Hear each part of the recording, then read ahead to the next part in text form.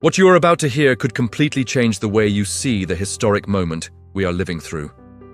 On the 8th of May, 2025, something happened at the Vatican that left millions of people around the world in a state of shock. I'm not just talking about the election of a new pope. I'm talking about a prophecy nearly 900 years old that may have just been fulfilled before our very eyes.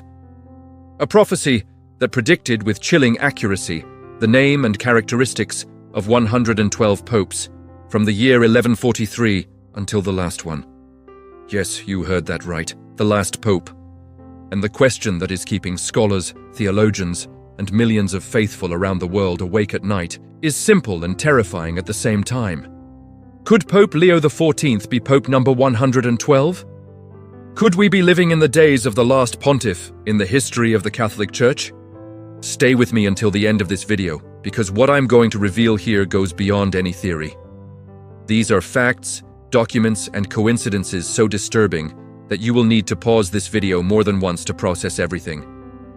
Before we dive into this story, I need you to do one simple thing. Look down here and click the subscribe button if you are not yet subscribed to this channel. Turn on the notification bell to receive all notifications, because the content I bring here is deeply researched and you will not want to miss a single video.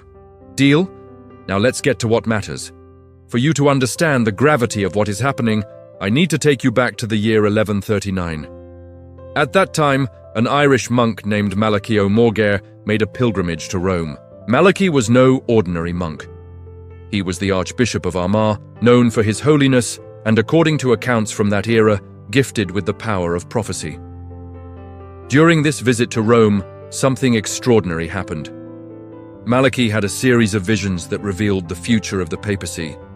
He saw each of the popes who would govern the church from that moment until the end of times. And he did not just see. He wrote. Malachy recorded 112 short phrases in Latin, each describing a future pope in a symbolic and enigmatic way. These prophecies remained stored in the Vatican archives for more than 400 years, until they were discovered and published in 1595 by a Benedictine monk named Arnold de Wyon. Now pay close attention to this. From the moment these prophecies were revealed, scholars began comparing Malachy's descriptions with the popes who had existed and with those who would come after. And the precision is simply inexplicable. I am going to give you some examples that will send chills down your spine. Pope number 106 on Malachy's list received the description Pastor et Nauta, which means pastor and sailor. When Cardinal Angelo Roncalli was elected pope in 1958, he chose the name John the 23rd. What few people know is that before becoming pope, he was the Patriarch of Venice, a city literally built upon the waters, historically governed by sailors. Pastor and sailor. Coincidence? Stay with me. Pope number 107 was described as Flos Florum, the flower of flowers. Paul VI, elected in 1963, had 3 fleur-de-lis flowers on his family coat of arms. Flower of flowers. Again, coincidence? Pope number 108 received the description De Medietate Lunae, which means of the half moon. John Paul I was elected on August 26, 1978, exactly on the day when the moon was in its waning quarter phase, meaning half visible. And his pontificate lasted only 33 days, approximately 1 lunar cycle.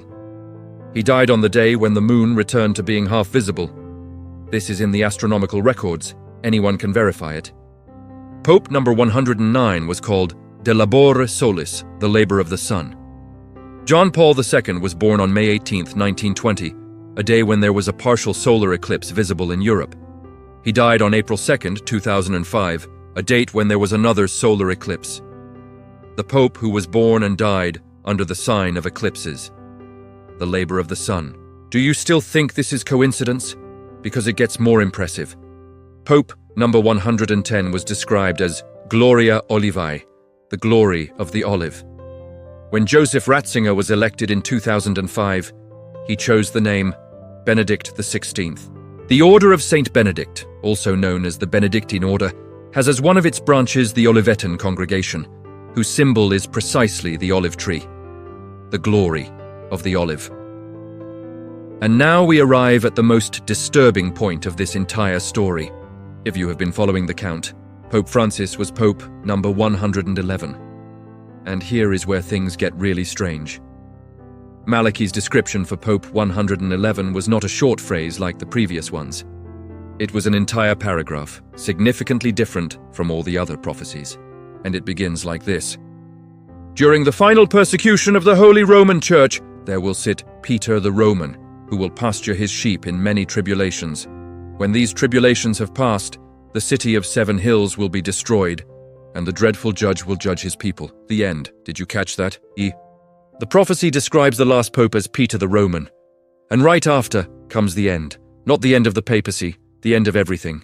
The destruction of Rome and the final judgment. Now stop here for a second. Breathe. And tell me in the comments if you are getting goosebumps like I did when I first researched this. And leave a like on this video if this information is valuable to you. That helps the channel tremendously and motivates me to keep bringing content at this level. Returning. Pope Francis died in April of 2025. And here is the problem. Either Malachy's prophecy failed for the first time in nearly 900 years, or Francis was not the last pope described in the prophecy. Francis was Argentine. His baptismal name was Jorge Mario Bergoglio. Nothing that remotely resembles Peter the Roman. Many scholars argued that the prophecy could be interpreted symbolically, that Francis represented Peter the Roman in some way. Others said the prophecy was simply wrong, but there was a third group, a group that said, wait, what if there is one more pope? What if Peter the Roman is yet to come? And then, on the 8th of May, 2025, the white smoke rose from the chimney of the Sistine Chapel.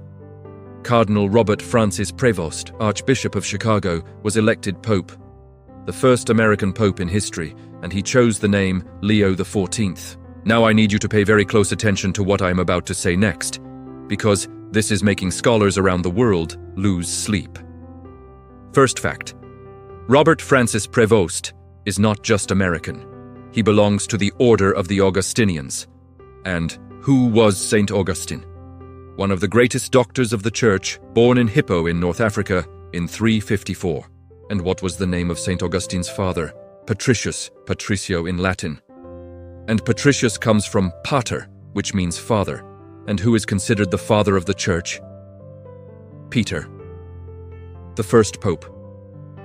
The symbolic line connecting Augustine to Peter is direct and documented by the Church's own theologians.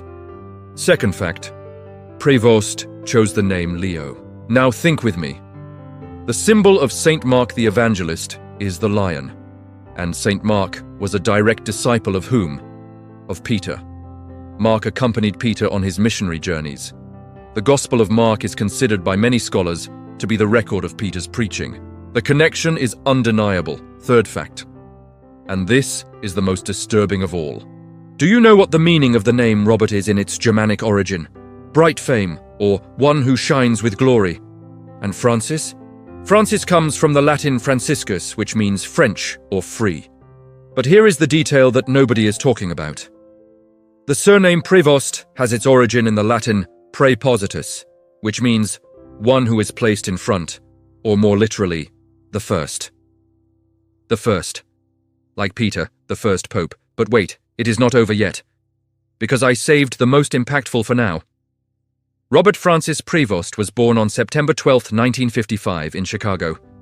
September 12th. This date is celebrated in the Catholic calendar as the Most Holy Name of Mary. And what is the complete name of the city of Rome? Rome officially was founded in a place called the Palatine. But the ancient name, the name by which the first Christians referred to Rome, was the city where Peter shed his blood. The city of Peter. Rome is not just Rome. Rome is the city of Peter.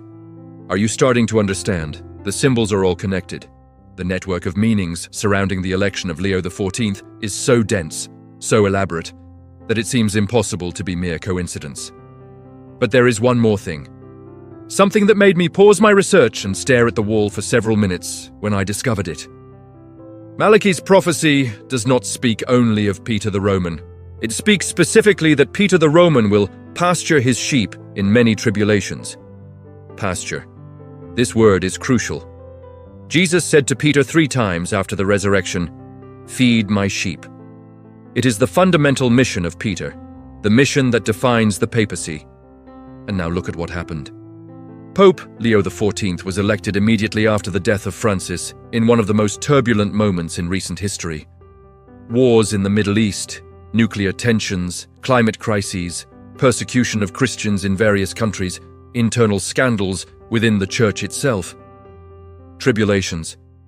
And these are not small tribulations. These are tribulations that seem to foreshadow something much greater. If I were you, I would go to the comments right now and write your opinion. Do you think Leo XIV could be Peter the Roman? Do you think we are living in the last days? I read all the comments and will respond to the most interesting ones. Now, I would be irresponsible if I did not present the other side of this story. There are serious scholars who question the authenticity of Malachy's prophecies. The main argument is that they were only published more than 400 years after they were supposedly written. Critics point out that the descriptions of popes before 1595 are much more precise than those after, suggesting that the first prophecies may have been written after the facts. This is true. It is a valid argument. But it is also true that the prophecies after 1595 continued to present notable coincidences. The examples I cited before, John the 23rd, Paul the 6th, John Paul the 1st, John Paul the 2nd, Benedict the 16th, all of them came after the publication of the prophecies. How do you explain the precision? How do you explain that a document supposedly fabricated in the 16th century managed to describe specific characteristics of popes who would be born centuries later? There is yet another point that few mention. The Vatican has never officially pronounced on Malachy's prophecies. It has never condemned them as false. It has never endorsed them as true. The Church's silence on this matter says a lot. A silence of more than 400 years, and here we arrive at the heart of the matter. Regardless of whether you believe in Saint Malachy's prophecies or not, there is an undeniable fact. The election of Pope Leo XIV marks a turning point in the history of the Catholic Church. For the first time, an American occupies the throne of Peter, a representative of the New World leading an institution with 2,000 years of history, traditionally dominated by Europeans. This alone is prophetic in a broader sense. The center of gravity of Christianity is shifting. Europe, the cradle of Western Christianity, is becoming increasingly secularized. America, especially Latin America, is home today to the largest Catholic population in the world. Africa is experiencing explosive growth in Christianity. Asia remains the great missionary frontier. An American pope at this specific moment in history is no accident, it is a sign. And signs, as any student of prophecy knows, must be read with attention. But let us talk about what may come next. Because if Malachy was right, and if Leo XIV is indeed Peter the Roman, what does the prophecy say will happen? The prophecy speaks of final persecution. It speaks of tribulations. It speaks of the destruction of the city of 7 hills. Rome is historically known as the City of 7 Hills. Palatine, Capitoline, Quirinal, Viminal, Esquiline, Caelian, and Aventine. These are the 7 hills upon which Rome was built. The prophecy does not say that Rome will be abandoned or forgotten. It says it will be destroyed. And then comes the dreadful judge. The final judgment. I do not know about you, but when I look at the world around me, I see signs everywhere. I am not talking about crazy theories or empty alarmism. I am talking about concrete facts. I am talking about wars that seem to escalate instead of diminish. I'm talking about tensions between nuclear powers that remind us of the worst moments of the Cold War. I'm talking about increasingly extreme climate events. I'm talking about a society that is increasingly fragmented, polarized, incapable of dialogue. Could these be the tribulations foretold by Malachy? Has Peter the Roman arrived to pasture his sheep in these final times? I do not have all the answers. Nobody does. But I know one thing: moments like this demand attention. They demand reflection. They demand that each one of us look within ourselves and ask, am I prepared? If you have made it this far, you are part of a special community. People who seek knowledge beyond the superficial. People who are not satisfied with empty headlines. People who want to understand what is really happening. I have a mission on this channel: to bring you deep, researched, contextualized information, Not cheap sensationalism, real knowledge. And for that, I need your help. If you are not yet subscribed, click the subscribe button now. If you enjoyed this video, leave that like, which helps the algorithm tremendously to show this content to more people. Share it with someone you think needs to see this, and comment down below what you think. Do you believe Leo XIV is Peter the Roman? Do you think Saint Malachy's prophecies are real? I want to know your opinion.